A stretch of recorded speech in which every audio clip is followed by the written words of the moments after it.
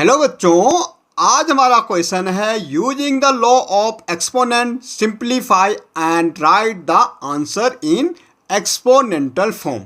भाई क्या कह रहा क्वेश्चन में, हमें लॉ ऑफ एक्सपोनेंट का क्या करना है, यूज करना है। अब लॉ ऑफ एक्सपोनेंट होता क्या है, दूसरा right in the exponential form में ही लिखना है। अब पहला क्वेश्चन देखो भाई, 3 की पावर हमें 2 दे रखी है, ये एक्सपोनेंट होता, ये बेस होता। देखो ये 3 हमारा, इसको हम कहते हैं बेस, और ये हमारा एक्सपोनेंट होता है या पावर भी हम इसको कहते हैं, ठीक है, एक्सपोनेंट या पावर। मल्टीप्लाई 3 की पावर 4 मल्टीप्लाई 3 की पावर 8। अब आपको बच्चों ध्यान रखना है कि अगर हमारे पास बेस सेम है, बेस का मतलब जैसे यहाँ 3 है यहाँ भी 3 है, अगर हमारे पास बेस सेम है तो हमारे और मल्टीप्लाई में दो चीज़ देखना, एक तो बेस सेम होना चाहिए, दूसरा मल्टीप्लाई में होना चाहिए। भाई अगर हमारे पास बेस है, जैसे ए बेस है और ये एम हमारा एक्सपोनेंट या पावर कह सकते हैं आप, मल्टीप्लाई ए बेस है और एन हमारा क्या, एक्सपोनेंट या पावर, आप जो कहना चाहते हैं दोनों एक ही चीज़ है। अगर हमारा बेस सेम है और बीच में मल्टीप्लाई का साइन है तो हमारी पावर क्या हो जाती है, प्लस हो जाती है, तो एम प्लस एन हो जाएगा भाई। अब यहाँ देखो बेस हमारा सेम है कि नहीं है, और मल्टीप्लाई में भी है, तो हमने कहा अगर बेस सेम है और मल्टीप्लाई में तो पावर सीधे सीधे प्लस हो जाएगी। इसका मतलब 3 2 प्लस 4 प्लस 8, देखो 3 ऐसे रहेगा, 4 और 2 कितना हो जाएगा 6 और 8 कितना हो जाएगा 14, तो 3 की पावर कितनी हो गई 14 हो गई। अगर हम इसको 3 को 14 टाइम मल्टीप्लाई करेंगे और इनको भी आपस में मल्टीप्लाई करेंगे, 3 को 2 टाइम, 3 को 4 टाइम और 3 को 8 टाइम, तो हमारा सेम आंसर आएगा। ओके, तो ये फर्स्ट रूल ऑफ एक्सपोनेंट है।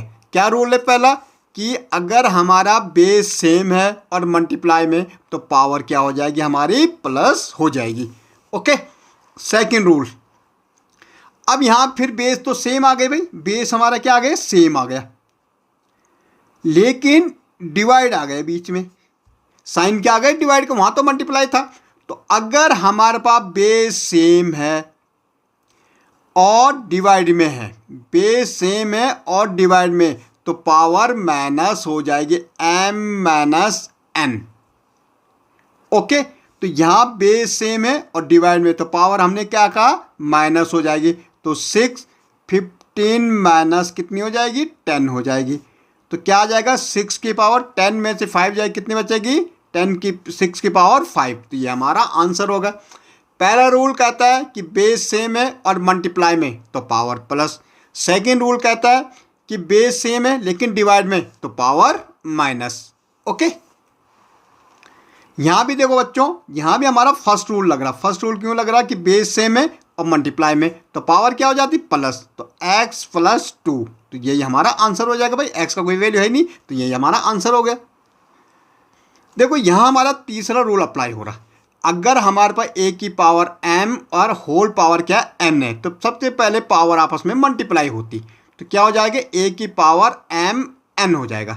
तो यहाँ पे हमारा क्या हो जाएगा, ये इसको अगर हम करेंगे तो 5 की पावर कितनी हो जाएगी, 6 हो जाएगी, और डिवाइडेड बाय 5 की पावर क्या है, 3 है। अब हमारा सेकेंड रूल लगेगा भाई, डिवाइड में बेस सेम है तो पावर माइनस। देखो आपको देखना, बेस सेम है, डिवाइड में पावर माइनस, और मल्टीप्लाई में होता तो पावर प्लस, तो यहाँ पे पावर क्या हो जाएगी, -6 -3, तो भाई हमारा क्या आ गया, 5 की पावर 3 आ गया। यहाँ देखो बच्चों, ये पहले हम भाई ब्रैकेट सॉल्व करते हैं, आपको पता ही होना चाहिए। तो ब्रैकेट के अंदर तो बेस सेम है और पावर और डिवाइड में, बेस सेम है और डिवाइड में पावर क्या हो जाएगी, माइनस हो जाएगी। भाई सीधे सीधे यहाँ पे लिख रहा मैं, 2 की पावर 20 माइनस कितना हो जाएगा, 15 हो जाएगा। ये ब्रैकेट के अंदर है, अभी भी जब तक सॉल्व नहीं होगा। और बाहर मल्टीप्लाई में 2 की पावर 3 है। भाई देखो 2 की पावर 20 में से 15 जाए, कितनी बचेगी, 5, और मल्टीप्लाई में 2 की पावर कितनी है, 3। अब बेस सेम है, मल्टीप्लाई में पावर प्लस, 5 प्लस 3, तो क्या आ जाएगा भाई, 2 की पावर 8 आ जाएगी सीधे सीधे। ओके, यहाँ देखो भाई डिवाइड में है, बेस सेम है, पावर क्या हो जाएगी, माइनस हो जाएगी, 8t माइनस 2, सॉरी माइनस है ये 2। ओके, अब यही आपको ध्यान रखना है कि अगर हमारा बेस सेम है मल्टीप्लाई में पावर प्लस, बेस सेम है डिवाइड में पावर सब्ट्रैक्शन हो जाएगी, मतलब माइनस हो जाएगी। ओके।